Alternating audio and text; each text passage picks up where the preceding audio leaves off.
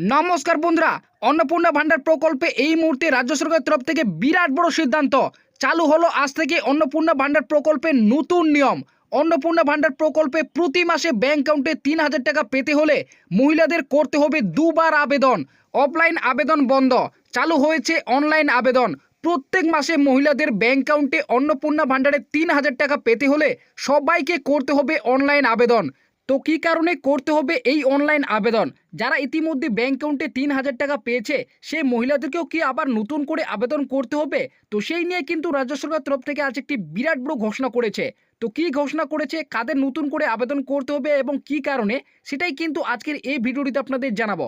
তাই ভিডিওটিকে একটু স্কিপ না করে প্রথম থেকে শেষ পর্যন্ত দেখবেন।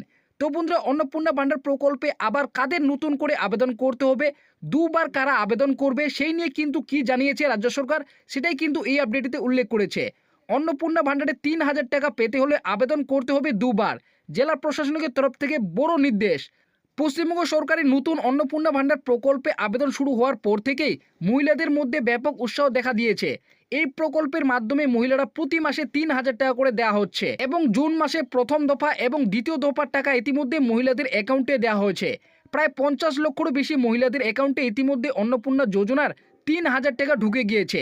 ডিবিটি অর্থাৎ ডাইরেক্ট বেনিফিট ট্রান্সফারের মাধ্যমে এই টাকা রাজ্য সরকার সরাসরি মহিলাদের অ্যাকাউন্টে দিয়েছে।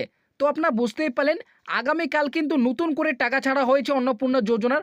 অর্থাৎ প্রথম এবং দ্বিতীয় দফা মিলে কিন্তু প্রায় ৫০ লক্ষেরও বেশি মহিলাদের অ্যাকাউন্টে অন্নপূর্ণা যোজনা কিন্তু ৩,০০০ টাকা ঢুকেছে। ডাইরেক্ট বেনিফিট ট্রান্সফারের মাধ্যমে রাজ্য সরকার সরাসরি মহিলাদের ব্যাংক অ্যাকাউন্টে এই ৩,০০০ টাকা ক্রেডিট করেছে। অন্নপূর্ণা ভান্ডারে অফলাইন আবেদন প্রক্রিয়া আগামী ১ জুন থেকে শুরু হয়েছে এবং এই আবেদন প্রক্রিয়া ভেরিফিকেশনে প্রতিটি জেলায় জেলায় বিডিও অফিসের তরফ থেকে শুরু করা হয়েছে। শুধু তাই নয়, যাচাই প্রক্রিয়া পরেই যোগ্য মহিলাদের ব্যাংক অ্যাকাউন্টে ৩,০০০ টাকা আগামী ৩রা জুন। প্রথম দফা ২৮,২৫,৭৬৯ জন মহিলা এবং দ্বিতীয় দফায় ২৩ লক্ষেরও বেশি মহিলার ব্যাংক অ্যাকাউন্টে রাজ্য সরকার ট্রান্সফার করেছে। আগামী রবিবার মুখ্যমন্ত্রী শুভেন্দু অধিকারী নবান্নের প্রেস কনফারেন্সের মাধ্যমে স্পষ্টভাবে জানিয়েছেন, অন্নপূর্ণা যোজনা ইতিমধ্যে ৫০ লক্ষেরও বেশি মা বোনেদের অ্যাকাউন্টে টাকা দেওয়া হয়েছে এবং এরই সঙ্গে পূর্বোত্তর লক্ষ্মী ভাণ্ডার প্রকল্পের দুর্নীতি সম্পর্কেও তিনি বার্তা দিয়েছেন। তো আপনারা বুঝতেই পারলেন, প্রথম এবং দ্বিতীয় দফার টাকা কিন্তু অন্নপূর্ণা ভান্ডারের যে ৩,০০০ টাকা সেই টাকা কিন্তু দেওয়া হয়েছে।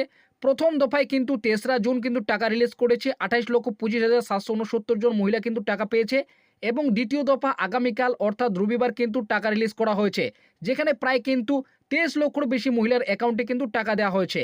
অর্থাৎ প্রায় ৫০ লক্ষেরও বেশি মা বোনেদের অ্যাকাউন্টে কিন্তু অন্নপূর্ণা যোজনার যে জুন মাসের যে ৩,০০০ টাকা সেই ৩,০০০ টাকা কিন্তু ইতিমধ্যে ঢুকেও গিয়েছে। তবে শুধু তাই নয়, অন্নপূর্ণা ভান্ডার প্রকল্পে জেলা প্রশাসনের তরফ থেকে একটি বিরাট বড় নির্দেশিকা জারি করেছে। প্রত্যেক মহিলাকে আবার নতুন করে অন্নপূর্ণা ভান্ডারে আবেদন করার নির্দেশ জারি করেছে। বিভিন্ন জেলা প্রশাসনের তরফ থেকে জানানো হয়েছে, অতিরিক্ত অফলাইন আবেদন জমা পড়ার কারণে এবং ডাটা এন্ট্রি করতে যে সময় লাগবে তাতে অনেক মহিলা জুন মাসের টাকা নাও পেতে পারে। তাই জুন মাসে যাতে সমস্ত মহিলারা ব্যাংক অ্যাকাউন্টে টাকা পায়, সেই জন্য বিভিন্ন জেলা প্রশাসনের তরফ থেকে যাদের ব্যাংক অ্যাকাউন্টে এখনও পর্যন্ত টাকা ঢোকেনি বা যারা এখনও পর্যন্ত অন্নপূর্ণা ভান্ডার প্রকল্পে আবেদনপত্র জমা করেনি, তাদের নতুন করে অনলাইনের মাধ্যমে আবেদনপত্র জমা করার নির্দেশ দিয়েছে। তো আপনারা বুঝতেই পারলেন, এখানে বিভিন্ন জেলা প্রশাসনের তরফ থেকে কিন্তু এই নির্দেশিকা জারি করেছে যাতে প্রত্যেক মহিলাই কিন্তু জুন মাসে ব্যাংক অ্যাকাউন্টে টাকা পায়, তার জন্য কিন্তু এই নির্দেশিকা জারি করেছে। যারা এখনও পর্যন্ত কিন্তু অন্নপূর্ণা ভান্ডার প্রকল্পে আবেদনপত্র জমা করেননি বা যাদের ব্যাংক অ্যাকাউন্টে এখনও পর্যন্ত টাকা ঢোকেনি, কিংবা আপনারা কিন্তু অন্নপূর্ণা ভান্ডার প্রকল্পে আবেদনপত্র জমা করেছেন কিন্তু ব্যাংক অ্যাকাউন্টে এখনও পর্যন্ত ৩,০০০ টাকা পাননি, তাদের কিন্তু আবার নতুন করে আবেদনপত্র জমা করার নির্দেশ দিয়েছে। অর্থাৎ অন্নপূর্ণা ভান্ডার প্রকল্পে মহিলাদের দুবার করে আবেদন করার কিন্তু নির্দেশ দিয়েছে। শুধু তাই নয়, বেশ কয়েকটি জেলায় কিন্তু অন্নপূর্ণা ভান্ডার প্রকল্পের অফলাইন আবেদন কিন্তু বন্ধ করা হয়েছে এবং জেলা প্রশাসনের তরফ থেকে কিন্তু জানানো হয়েছে প্রত্যেক কিন্তু আবার নতুন করে অন্নপূর্ণা ভান্ডার প্রকল্পে অনলাইন আবেদন করার কিন্তু নির্দেশ দিয়েছে।